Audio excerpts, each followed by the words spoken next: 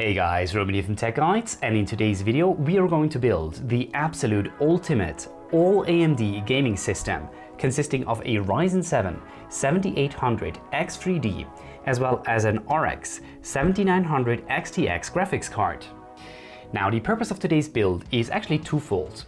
For once, I always wanted to have an all-AMD based gaming system to perform gaming benchmarks with for my FPS guides. This has always been a hotly requested topic that I would also perform these FPS guides also with an AMD GPU and an AMD CPU, which until now I haven't been able because I just didn't have the hardware.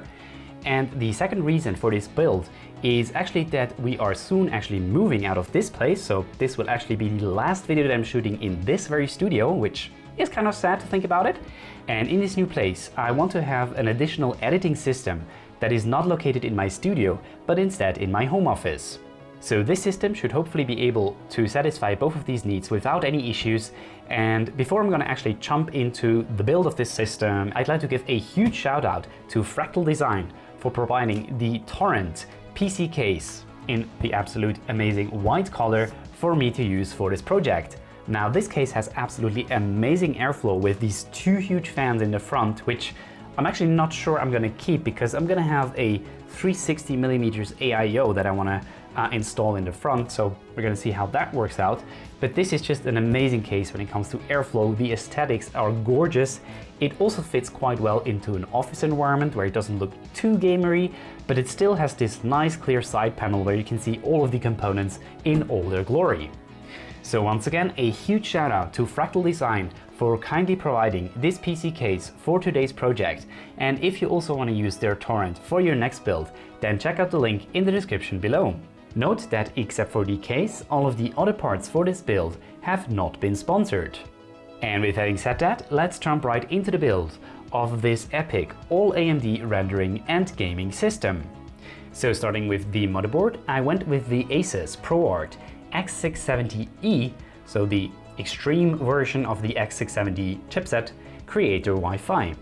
Now the reason why I went for this specific board is actually pretty simple. So in the new place, I want to have a 10 gigabit Ethernet LAN throughout the entire house. And I want to be able to access my media files on my server in the studio from this system, which is located in an entirely different room.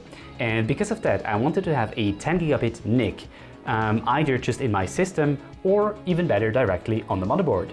And so because this is literally the only motherboard that comes with a 10 gigabit NIC other than the extremely expensive Extreme motherboard from Gigabyte, I decided to go with this one because in the end, if I were to buy like a $300 motherboard with a only 2.5 gigabyte NIC, and then on top of that I would also have to go and buy a 10 gigabit network interface card, which would be around $120, then the entire price of motherboard network card would be even more than simply buying this specific motherboard.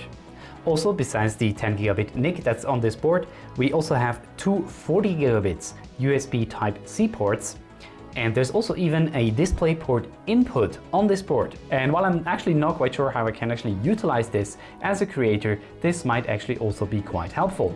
Also, a big plus of Asus's motherboard when compared to the ones from Gigabyte. So you might see that I have a lot of Gigabyte Aorus motherboards in my Intel-based systems.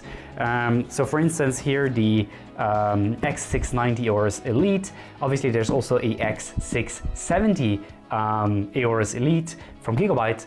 But then I noticed that the memory compatibility of the Aorus boards is just abysmal. There's literally like one or two RAM types that I can buy that are actually compatible with the Aorus boards for the X670 chipset.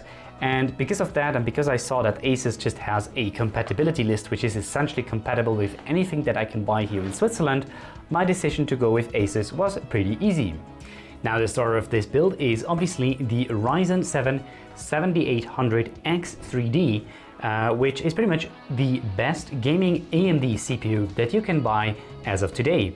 It has 16 threads, 8 cores, boosts up to 5 GHz, and according to many people, this is apparently the gaming king. And it apparently also fares well when compared to the i9 3900K that I have in my primary system. So essentially the goal was to get a as equal as possible CPU from AMD compared to my i9 3900K that I have in my Intel gaming system, such that when I do these FPS guides, I get somewhat fair comparisons between a AMD system and the Intel system in terms of the performance that one can expect.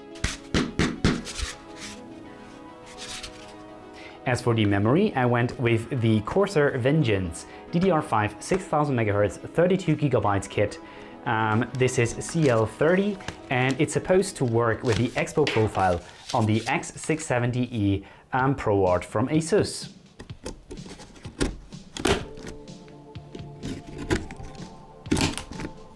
And the final piece that we're going to put onto our motherboard is obviously the NVMe SSD. Here I selected one from Kingston, so the Renegade 2TB NVMe SSD. This is supposed to have like 7000 megabytes per second read and writes. Honestly, I don't really need that fast of read and writes on this particular system, but because this was available for a very good price on Black Friday, I decided to go for this as my primary OS drive. So this is also a pretty cool feature of this motherboard. They have this toolless installation of NVMe SSDs. You can essentially just flick this little lever around and this will actually fix the NVMe SSD into place.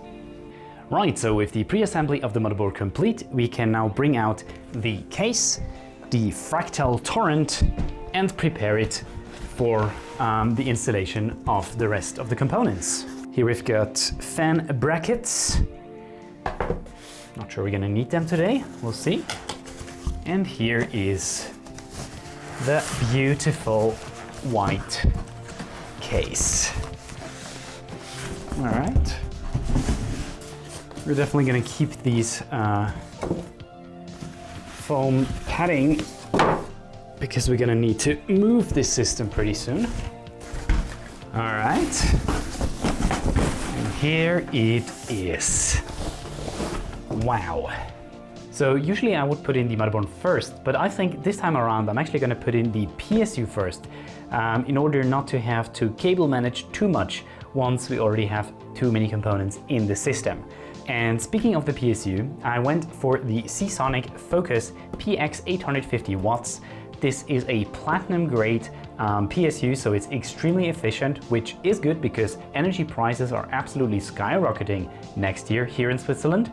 Moreover, I've always had very good experiences with Seasonic. All of their PSUs have always been very reliable and some of them actually have been running for like 5 or 6 years non-stop in my servers, so that's why I went for Seasonic for this build as well. Hopefully this is also going to provide ample juice for the RX 7900 XTX and the Ryzen 7 7800 X3D CPU. With the 850 watt, hopefully we're going to be right in this Goldilocks zone of always being at the most efficient point in the PSU power delivery curve. Obviously you don't want to completely go overboard with these PSUs. I mean, 1000 watts PSU for this type of system would probably also be fine, but you'll likely be running in this not perfectly efficient zone on the curve. I mean, this one here is like around 50%. This is the most efficient, I suppose, which is hopefully plenty of juice for this type of system. I really don't hope I'm going to exceed 500 watts all the time. So before we can actually continue, we actually have to do a few modifications to the Fractal Design Torrent PC case, because as the case arrives, it actually comes with these huge fans in the front. So if you want to actually install a AiO, like a 360mm AiO, you actually need to use these fan brackets, the ones that we took out of the box at the beginning of the video. And these are actually, right here. And then we can actually put them into the front here at the proper position. And then we can actually mount the 360mm AiO onto this bracket and to the front of the case.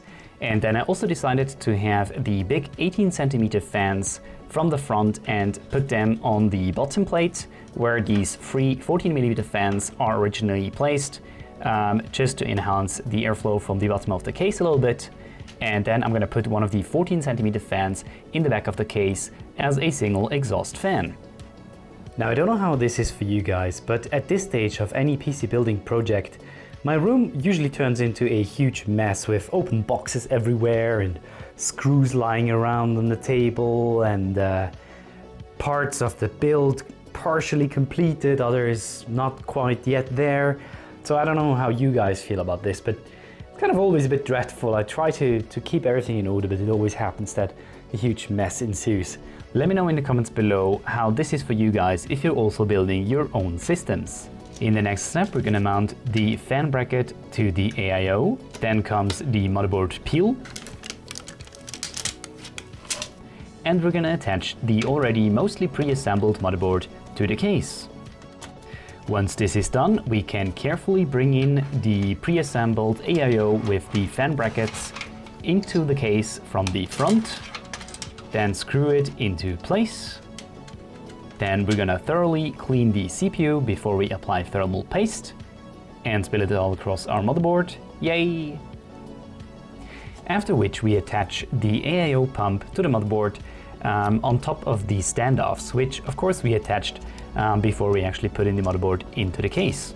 Next comes the rather finicky work of attaching the power button, the reset button and the front LED to the motherboard, but thankfully Asus provides this handy little adapter with the motherboard that allows you to do the assembly outside of your case, and then you simply have to plug in the entire adapter into your motherboard. Finally, we're going to attach the 24-pin power cable to the motherboard, as well as the front USB Type-C and A connectors. Alright, so the last part of today's build is the RX 7900 XTX. So this is from Gigabyte. It's the, I don't even know what it's called, Gigabyte Gaming OC model. Basically, it was one that was readily available in Switzerland, and it was also not extremely highly priced. I think it was around 900 Swiss francs, so it's like 950 US dollars. Now this should be a reasonably good contender to the RTX 4080 that I have in my Intel system, so I really hope that this will provide more or less similar performance. I know the 4080 is a bit more performant in most games, however some games apparently this is also performing pretty good. Most notably Call of Duty Modern Warfare 3 apparently. But besides that, I think everything has worked wonderfully, and I think it's time to now put in the beautiful beast of a GPU, and we're actually also going to put in a GPU sag bracket to make sure it's not going to be a very sad GPU, and then the build is basically done.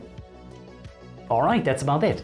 Now, I wasn't able to actually put in the Fractal Design GPU sag bracket because the GPU is that long. However, Gigabyte themselves have actually included a anti-sag bracket, and that's actually what you saw me put into the system, and now the GPU is nice and level.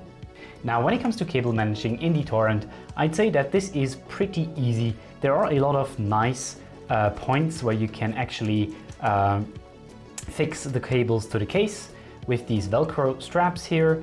And there's actually just a lot of very nicely thought out space, especially also here behind the PSU, where you can have excess cables, hide them here at the top, and then at the back basically you can only have the cables running to your components. So with having said that, all that's left to do is to actually attach the front grill, if I guess we can call it that way, to the system. I think this is basically very simple, just plugging it in like this, like that. And then the top panel as well, we can just slide it on top of the case like that. Very easy. And then I'm actually not going to put on the side panels just yet, just in case that the system won't boot and I need to fix some of the cables. But yeah, I think with this we are ready to actually turn the system on and see if it will post.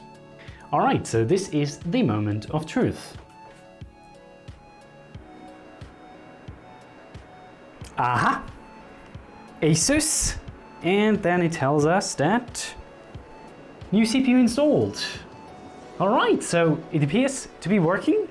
I had to actually replace the GPU quickly. I think there was a few weird residue inside of the PCIe slot for the GPU, which made it actually not boot the first time around I tried this. But yeah, now it seems to be working and everything should be fine. But that's it for today's video, guys. I hope you enjoyed this build of my epic all-AMD gaming and editing system. If you did, leave me a like and make sure to check out this video where I'm installing Windows 11 and walking you through what you actually have to consider when you're setting up a new operating system. But that's it for today, guys. Thank you so much for watching. Have a wonderful day and I'll see you guys in the next video.